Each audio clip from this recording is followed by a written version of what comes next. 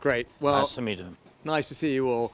It's really a privilege and a pleasure to welcome my friend Vladimir back to the UK. The conflict is a pivotal moment. Ukraine is bravely defending itself against Russian aggression, but at this moment it's been really good for us to have the time to talk together in private about the support that the UK is giving and how we can make sure that that support is not just here for today but into the future as well, to ensure that Ukraine and its people triumph not just on the battlefield militarily, but also stand up for those values of freedom, democracy and the rule of law that we all hold very dear. We've had some very good conversations, and Vladimir, it's great to have you here. Thank you very much. First of all, for me and for our team, it's a privilege that you host us here today, Rishi, and thank you, especially you and your government for supporting us. Really, at this moment, like you said, the moment of challenges, the moment for us, for our society, our people, especially for our soldiers, moment is tough, difficult, but anyway, but we need success, and I'm happy that in this way we are in way of preparing very important counteroffensive steps.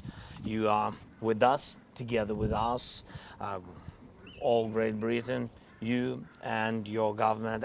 It's very important. So thank you very much for all support. Of course, with all this best attitude to our people from your people, but of course we concentrate on military support. And thank you very much for the package that you prepared. Great, huge, really what can save the lives for our people. Thank you so much. Well, thanks, Vladimir. Right, we'll take some questions. Yes. Mr. President, you made it very clear you need more advanced weapons more quickly. Is it fair to say that you cannot begin your new counteroffensive until you get them? And Prime Minister, today the Kremlin spokesman Dmitry Peskov has warned that Russia views the new UK military package extremely negatively. Does that worry you? Vladimir, do you want to... Yes, thank you very much for your question. We really need some more time, not too much. We'll be ready, in some time. I want to be very honest with you. I can't share with you some days. I just don't want to prepare, not for our friends. There are no secrets from our friends, but there are some secrets from our neighbors. That's why we have to prepare, and I'm here not only because of this support, but of course including this support it will help us to be more strong, but also to thank you to your people, to government. It's very, very important now when some countries, not all of the world, but some countries are near with us from first days of full-scale war, and I'm thankful that Great Britain is one of these countries. Look, it's interesting to hear from the Kremlin. What I'd say is, Russia has conducted an unprovoked and illegal attack on the Ukrainian people. It is carrying out horrific war crimes, and something Vladimir and I have been speaking about, just awful treatment of its citizens. And as we said right at the beginning, the UK will remain steadfast in supporting Ukraine and its people to defend itself against that aggression. When Vladimir was last here some months ago, I talked then about the provision of long-range weapons because of the capability that they would offer. I'm pleased we're the first country to be able to do that, and I'm pleased that they will make a difference to the defense of Ukraine, and we will keep providing support, as you've seen today, with long-range offensive drones, for example, more anti-aircraft, and there will be further support to come, and that's what we've been talking about today. But I think it's important for the Kremlin to also know that we're not going away.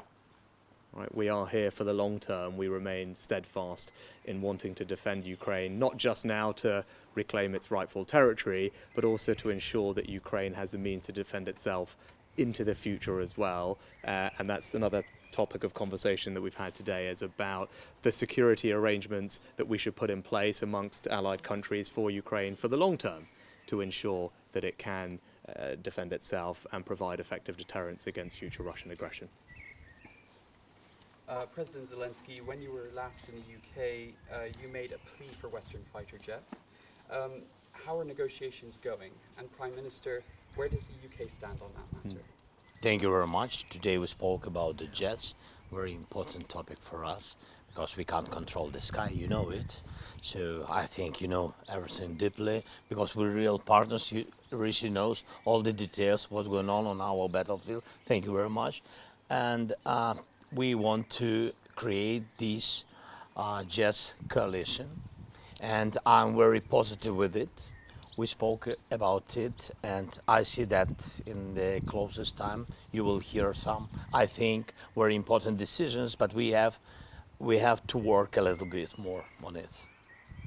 Yes, look, we are going to be a key part of the coalition of countries that provides that support to Volodymyr and Ukraine. Now, it is not a straightforward thing, as Volodymyr and I have been discussing, to build up that fighter combat aircraft capability. It's not just the provision of planes, it's also the training of pilots and all the logistics to go alongside that. Now, the UK can play a big part of that. One thing we will be doing, starting actually relatively soon, is training of Ukrainian pilots, and that's something that we've discussed today. We're ready to implement those plans in relatively short order, which will mean that we're training Ukrainian citizens to become absolutely combat-ready aircraft pilots, and particularly whether it comes to NATO tactics as well, because that's an important part of the long-term relationship between our countries. So we've had very good productive discussions on that today. Other countries are involved. I'm talking to those leaders. I'll be doing more of that this week in my international engagement, and we're very keen to build that coalition of countries